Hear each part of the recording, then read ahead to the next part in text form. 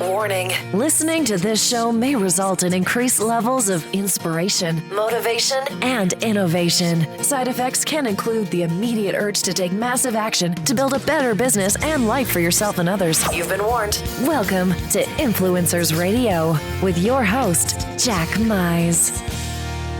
And welcome back to another episode of Influencers Radio.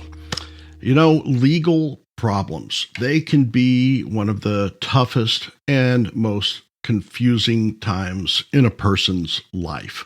Whether it's defending yourself as the accused or standing up for yourself when you've been wronged. Well, today, I'm thrilled to have with me Cheryl Deptowicz-Diaz of the Diaz law firm in Los Angeles, California. She is the defender and voice of the underdog. Those who are new to the legal system or just intimidated by the complexity and desperately need help navigating their way through the process. Cheryl, welcome to Influencers Radio. Oh my goodness. Thank you so much for having me. I'm so happy to be here. Well, I am happy that you are here as well. And, you know, for a profession that often gets a bad rep, you truly bring nobility to the law. And I think, you know, we're going to get into that. And I think it's going to be easy for people to see because you have such a refreshing outlook on the legal system, and also you can tell a true love for the law and what it was meant to provide to everybody in this country. And I really want to get into that. So first of all, I know the law is for everyone, but you really do. You are that voice for the underdog. Can you first describe the types of clients that really fuel your passion for the law? Oh, absolutely. I love that question because, you know, when I first started as an attorney over 14 years ago, I was taking on any case that came to my door as a solo practitioner, as a solo attorney, hanging up my own shingles. And I was just trying to help who came at the door. But then eventually it came to be that I was attracting, it seems, that people that were strangers in or felt like strangers in the legal system and felt like they were not really welcomed, whether they were new to the language that's used of English, or new to the country and new to the whole concept of a legal dispute. Maybe they've been served with summons for a divorce, or back then I was handling eviction cases, you know, or whether they've never stepped foot in a courtroom before and don't know what to do. So for me, the clients that I love helping are those that are lost but willing to be guided, who are upset and angry and maybe, you know, really feeling fire in their belly because now they're in this mess, but also want to stand up for themselves and need the help on how best they can do that. And my clients just gift me every day by showing me their courage and willingness to fight. They inspire me so much to find the nitty-gritty so that we can ignore the rest of the noise. And I can go on about my clients because I love them so much, and they really honor me by choosing me. And I'm glad that they get to really they allow me to hold their hands, stand side by side with them, and be their voice in court. And also, and I can only do that when I really know their story. I mean, I can't speak for them if I don't know what's in their heart. And so it's a close relationship that we develop. And, you know, we spend a lot of hours before we get to any of the major chapters in a legal case, you know, initiating the new case, defending yourself in that first document that you file, going through mediation, settlement conferences, and then eventually maybe even trial. Not every case gets to trial, but if we have to, so it's a close relationship, and it's people who are going through turmoil and turbulence, but they're not asking me to scorch the earth, Well, and I think that's the one thing that I think separates you immediately, and is that you do take the time to understand their story. A lot of times I hear people that have talked to attorneys that, it's just very quick, very short, very curt. Just let me understand what the facts are here, what's happened, without really understanding their story. And I think one of the reasons that that you bring those types of clients is the compassion that you have for them, and the empathy that you develop for them. And I think that can only be created through taking that time to listen. And I can imagine that you must have the patience of a saint for a lot of these, but what is it that you specifically look for when you're listening to their story? Because I know to them it may be a sympathetic ear, but I know to you you're picking things out of that so you can really understand how to help them. Can you kind of describe that process?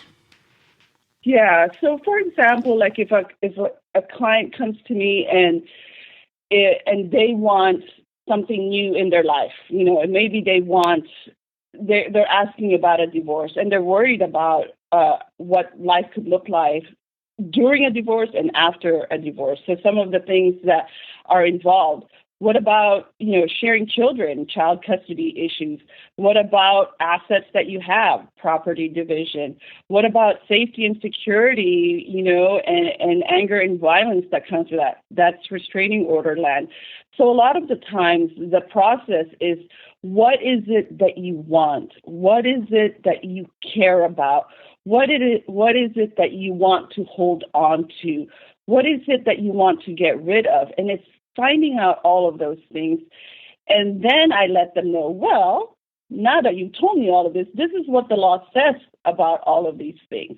So, for example, if I have a client that says, I don't ever want to pay spousal support to to my spouse, to my ex, then I tell them what the law says about spousal support. I tell them not just what the law says, but why the law exists and what's the policy behind that, the social aspect of it, and so I get to explain all of those things in meaningful ways, because after you build rapport with them, then you can speak their language and they can hear you. And then they can say, you know what, you're right. Maybe I should offer spousal support. Maybe I should, go ahead and say, yes, I'll pay some spousal support. Or maybe they'll say, okay, yes, that makes sense that no one should be destitute just because now we're divorcing and I took care of you, or I was the primary breadwinner and now you're no longer going to have access to those funds. Forget you. No, okay, we'll take care of each other for a bit longer, because we did say we'll take care of each other, So what happens is we'll craft a settlement that maybe it'll be for a certain amount that's manageable, or maybe it's for a certain period of time that's more acceptable. But they get to decide and have clarity on those things because they understand what the law was meant to do. And I guide that through my clients. For example, I had another case where there was a slap that happened. Oh, now you can go into court and ask for domestic violence restraining orders. Okay, let's pause and figure out what that really will do to your case. It will increase the conflict, it will increase the complexity, and there will be rules and orders that tells you how you can interact with this person. If you have children involved, do you really want to have those limitations? If this slap is just, you want the restraining order just to be punitive, or are you really scared for your life?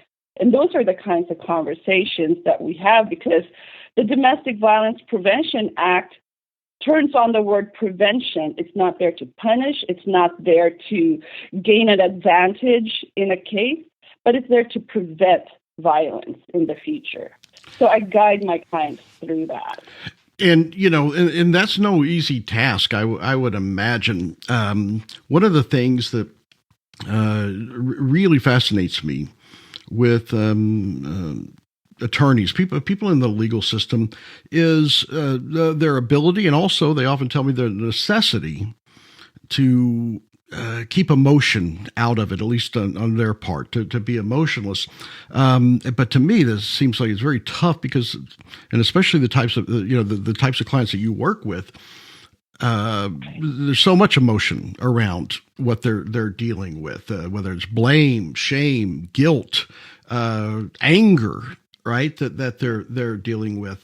And one of the things that really stands out to me is, you talk about peace. You want peaceful resolutions to this, and you're very, firm and direct when you speak to people that you're not into representing vengeance, and that kind of what you just alluded to is why is it important to you to understand, and is that part of that listening process, to understand why they're seeking a certain legal avenue, and what the result is or the outcome that they're looking for, and do you either try to steer them in a peaceful direction, or are there some people that you just say, I may not be the best fit for you? I think there's definitely been times where I've had to turn cases away, or I've told colleagues who graciously refer me to some cases where they're asking me to scorch the earth. Yeah, and I'm really not that attorney. And I've been lucky enough that I've been lucky and grateful that I attract those clients who are not asking me to scorch the earth, and that's why it's so important for me to have my voice in social media, my voice in my website, and so they know who I am before they even reach out to me, that I'm not about to punch below the belt. Number one, it's not permissible for, we can be zealous advocates, but we are bound by ethics. And some people who want to hire me, that want me to dance along the lines of our ethical rules, I'm not willing to dance that dance. And I'm very upfront about that. And so, I do guide people towards more peace. And I do that, not that I won't have resistance from them, and so it is about education. And it's not because I know more. It's just that I happen to have studied the law. I spent 4 years in the evening program working as a secretary during the day, working as an elementary fourth grade classroom aide, working as a bookkeeper full time, and then going to school at night. And so I know what the law says. And so my job is really to tell you, you want that? Here are the possibilities. This is what can happen. These are your options. And again, we're bound by ethics, and I'm not going to punch below the belt. Well, and using those analogies, it's really interesting, because I've heard you say, and I've seen you talk about where you're not that pit bull attorney, you're not that aggressive, you're not willing to punch below the belt, but that doesn't mean you're not willing to fight, but you're going to fight clean. And what's interesting, if you don't mind me bringing up some of the personal side of your personal life, is it's really fascinating to me, the dichotomy of your interest and passions around both yoga and boxing. And I think those are just perfect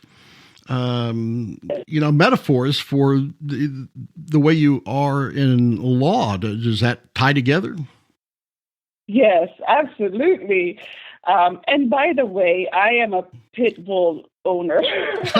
I've raised, I've adopted, I've rescued several pit bulls in my life. I have one left right now, Maxim, who's actually right next to me, and I love pit bulls, and they have a bad rap, just like many lawyers, right? But yes, I come from the whole perspective of that line of martial arts where it's defense, but we have the skill to defend ourselves. We can slip and slide and duck and throw a punch when we need to. And I do cultivate that in myself, and my clients understand that. And while we're always looking for an eye towards resolution, and our tagline being fighting for peace, that word fighting is in there, so we're not just fighting over silly stuff. We're after the big picture. And, I have really good colleagues. I have a lot of respect for my colleagues and opposing counsel, and some of opposing parties will fire their attorney saying, "You're too nice to Cheryl." And because I do develop that working relationship and rapport with them, because and sometimes I'll get an aggressive attorney who is, wanting to argue, and I'll always stop the conversation, say, I'm not here to argue the facts. My job is not to convince you of my client's facts.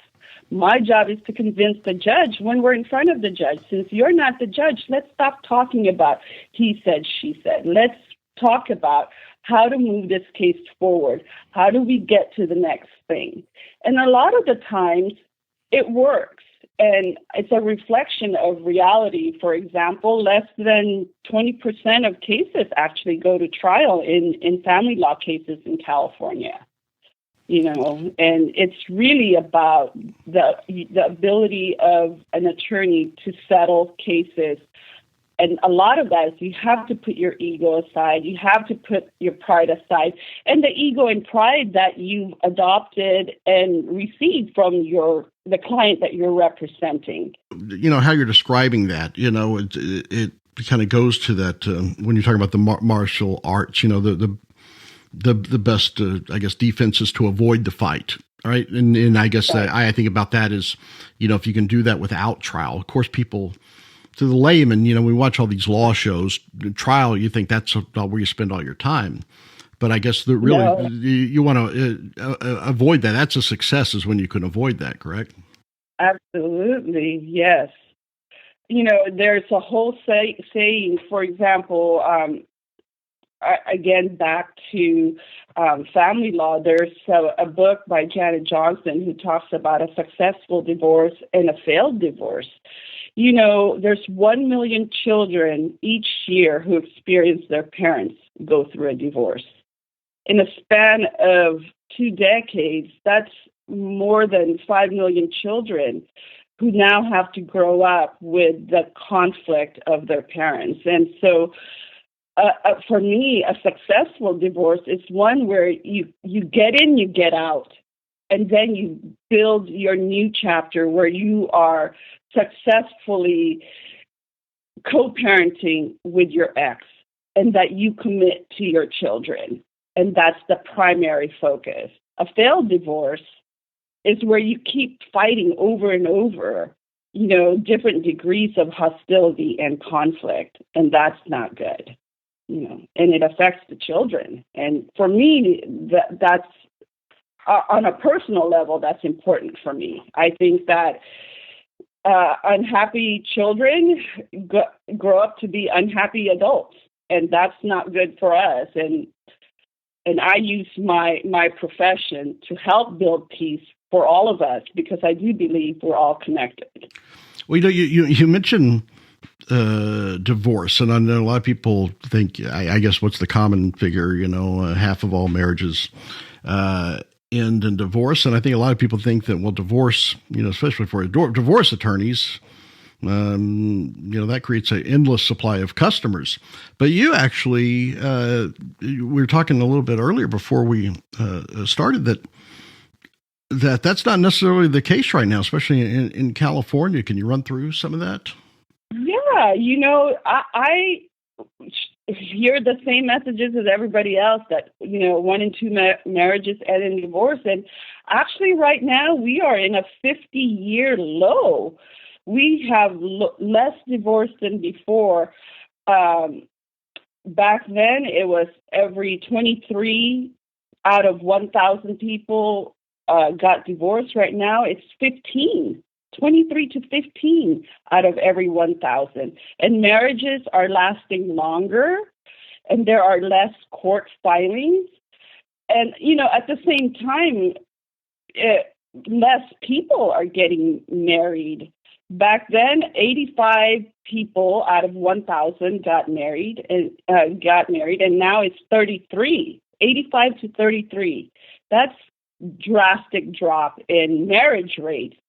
And also, older couples are the ones getting divorced, like the Bill Gates of the world. I had one case where the length of the marriage was 55 years, and they were getting a divorce. Yeah, and in California, we were thought of as, and it was true back then, we were 50 to 65% divorce rates, and you'd think that, but right now, we're 9.3% divorce rate. We're in the top 10 lowest of having divorce rates. And so that's amazing. Right now, especially with the pandemic, you would think that the divorce are going up, and they're not actually. And I think, personally, that it's due to a couple of things. Research does show that 58% of couples say that during the pandemic, they have come to appreciate their spouse more. And more than half agree that their commitment to marriage has deepened during the pandemic. But I also know that the courts have been closed. Our clerks of the court, who, are the wheels that turned this whole justice system, working behind the scenes. I know they're overworked, and there was a lot of work closures, and I think there might be just some backlog in that. But the trend is true that we are in a 50-year low in terms of divorce rates. Wouldn't that be amazing if the divorce rate dropped because courts are closed? Well, it was really hard during the pandemic navigating that, because while the numbers say 58% say they appreciate their spouse and the commitment have, deepened, I know in terms of my workload, I did get a lot of people also say, I'm realizing for the first time, because we're spending so much time together, that I don't like my spouse, and there was a lot of restraining orders that were needed, and it was difficult to process with courts being closed. I can imagine. It was a challenge. And we talk about those, the marriage of 55 years. I can't imagine after 55 years how you wake up one day, you know what? I can't take it anymore. That's just so odd, but I guess it happens, huh? Yeah, I have some, just last week, the duration of the marriage there, the length of marriage was 30 years, 31 years. Yes. Wow. Well, one of the things that I wanted to talk about is, the law is no easy thing to navigate. All right. I guess if it was, there wouldn't be a need for attorneys. But I mean, it seems like and to a lot of people, it's overly complex. And there's the saying, ignorance of the law is no excuse. But it's certainly not uncommon among some very well-meaning people. And I think that's where your compassion and empathy can come in when, and I think you touched on it before, when you have to explain to someone that, even though their intentions were they were well-intentioned, they're still in the wrong. Do you find that that's a tough pill for some folks to swallow? And how do you help them get a better outcome than just having to accept it. Well, it is tough. For example, I also do litigation defense, and a lot of my clients in that area are small business owners or people who just really have been sued and they don't even know what they did wrong. And sometimes they bring me the stack of court documents and like, Cheryl, I don't understand what I did. And a lot of the times it is just sheer ignorance of the law. And my job is to guide them to make amends if there was a true wrong, make sure it doesn't happen again, so bringing them to compliance and setting up their business in a way that this issue cannot come up again, and protecting them overall.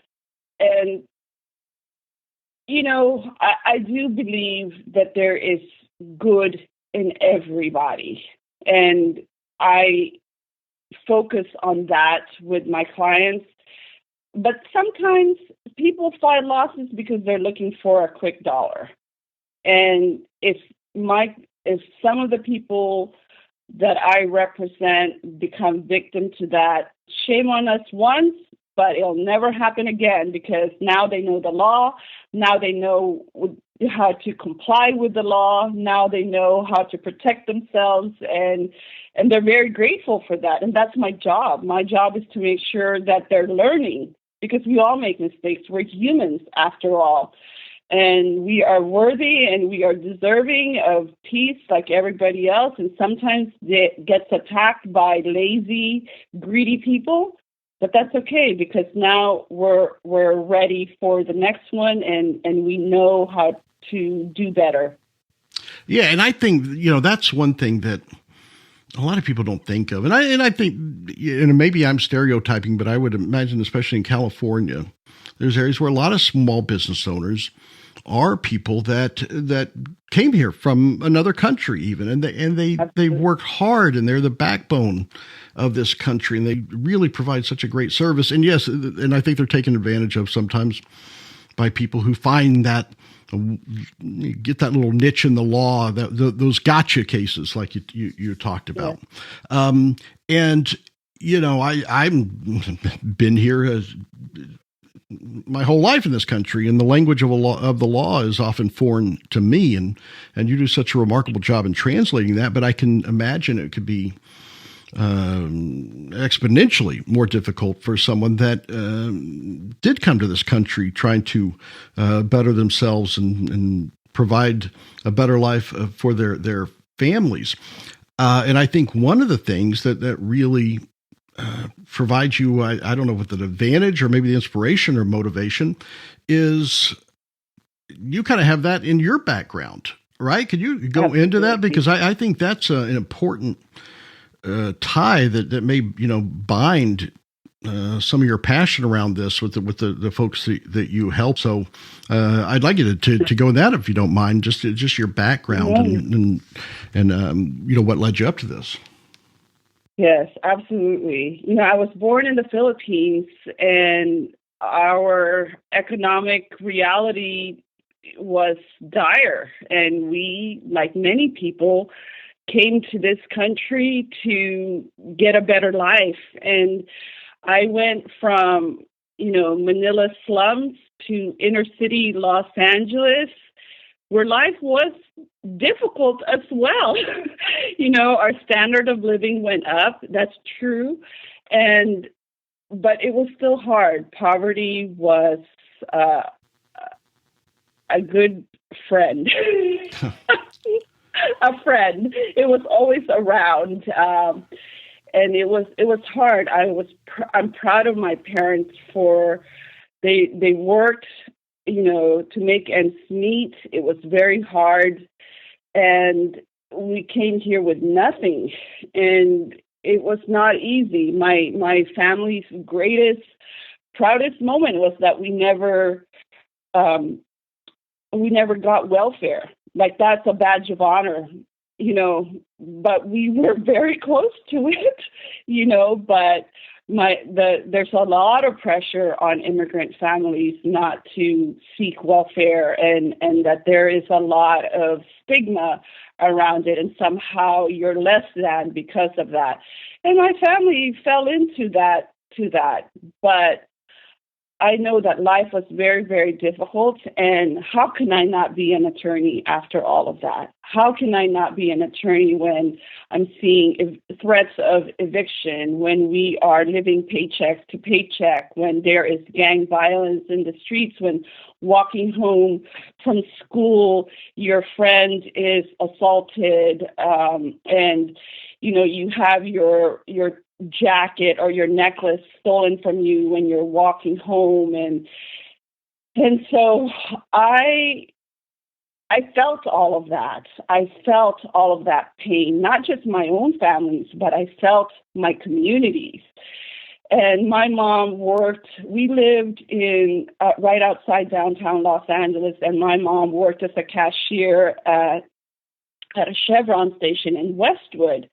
And I would go with her at night sometimes during her entire shift. She'd work overnight. And I would see the college kids. And to be honest, I saw white people for the first time, because that my community we were Blacks, Latinos, Asians, Filipinos.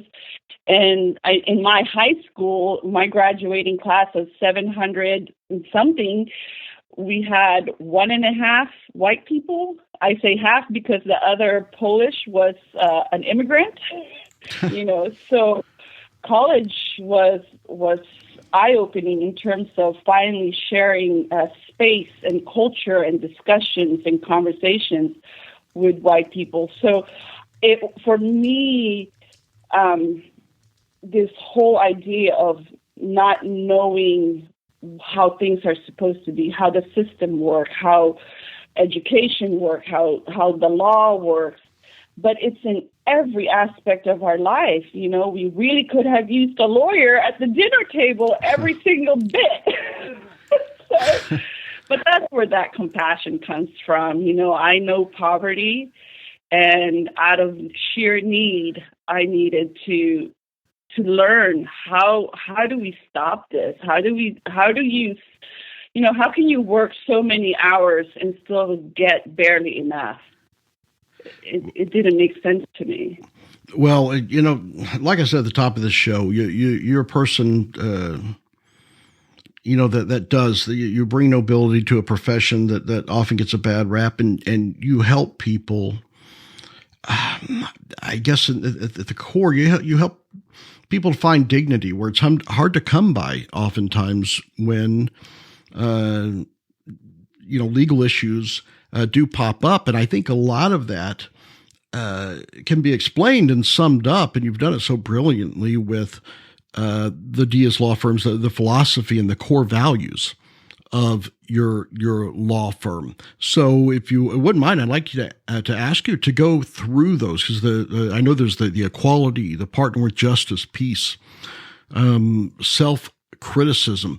Can you go through those? Because I think that would just shine a spotlight on what it truly means to work with you, and I think really for the people that work with you, it really means to truly know you.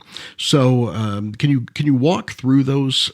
Because I think it'd be just a tremendous for people to really understand that.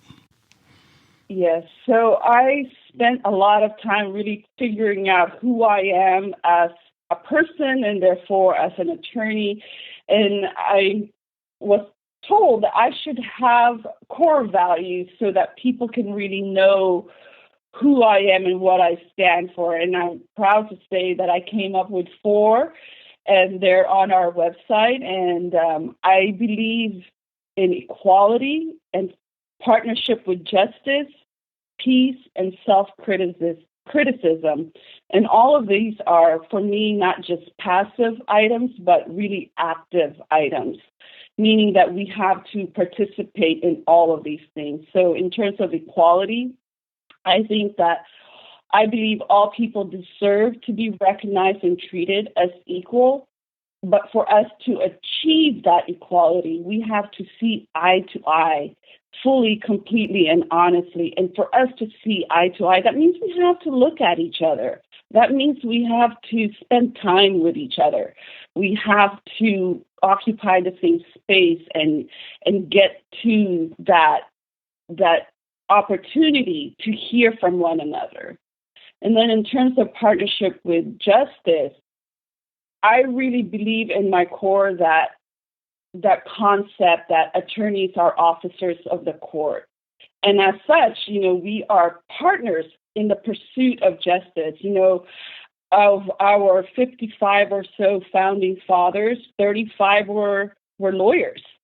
And so as our society developed, the whole idea of lawyering is built in. It's in the very fiber of our social fabric. And yes, lawyers have a bad rap, but I personally believe that it is, as partners of justice, we have that duty to lawyer in a noble profession. And because of that, we have the power to transform our society and move it towards true equality. And then I believe in peace. And for me, peace is not just something that is guaranteed, but peace is something that we have to fight for. We have to create it. But peace is not just something that can exist in the theoretical realm, but it has to exist in our hearts, in our pocketbooks, in our homes, in our communities. So we have to seek peace, but we also have to create peace and protect peace. And then finally, self-criticism is, how can we do all of these things if we're not constantly evaluating ourselves? I'm a human being, and I have my own story, and I have my own experience, but I constantly have to look in the mirror and constantly ask myself to be brave so that I can change, to meet the call of the moment, whether it's fighting for my client's peace or defending them against an attack from, some outrageous claim. I can only do that if I'm at my best. But I'm only at my best if I'm constantly evaluating myself, and that's where self-criticism comes in. So those are my core values. I got to say, it's there's so much depth to Cheryl Deptowicz-Diaz that I would welcome you back in the future to go deeper into. There's so many things that we could go into. This could be an 8-hour episode if we let it go, because there's just like I said, so much depth to what you do, and just the way that you look at this, the way that you look at the law, and the way that you provide access to it to a lot of people that may feel that it's beyond their reach is just really remarkable. And it's one of the reasons I truly believe you're an influencer in this area. So I want to thank you so much for coming on and sharing this information and sharing so much about yourself and really what drives you to do what you do. So I have to ask, how can people find out more about Cheryl Deptowicz-Diaz and the Diaz law firm? Because it really is a truly remarkable story, and you have so much to offer, and you give so much as far as education that I think people need to know about you. Thank you so much. I have enjoyed this conversation. I would be happy to come back. You have been a gracious host. Thank you so much. And people can find me on social media, Diaz Law Firm Cali. We're on Instagram, Facebook, and YouTube, LinkedIn under Cheryl Deptowicz-Diaz. And I'm also, my space in the interwebs is diazlawfirm.net. And I also want to bring up that because of your background, folks, you not only can provide information to folks in English, you can also Spanish and Tagalog. That's it. And that comes from The Philippines, yes. The last country in the world where divorce is still outlawed. I know. I've seen you mention that, and that's just remarkable to me. I think that could be a whole episode on its own on how people deal with that. So, No. Well, Cheryl, again, thank you so much for coming on. It's been a true joy having you on. You can hear your passion and the emotion that you have around this, and I think you make a huge difference in a lot of people's lives. So thank you so much. Thank you so much, Jack. I really appreciate it. All right, folks, there you have it. Definitely check out Diaz Law Firm. We'll have links on the show post, the website, social media, so that you can check out Cheryl. And really, if you find yourself in the situation, especially if you're in California, check it out, because there is someone out there that will take the time to understand your situation and help you navigate the legal process. So until next time on Influencers Radio, remember, you are the only real game changer. You've been listening to Influencers Radio. To get all past shows and updates on future shows, visit influencersradio.com today.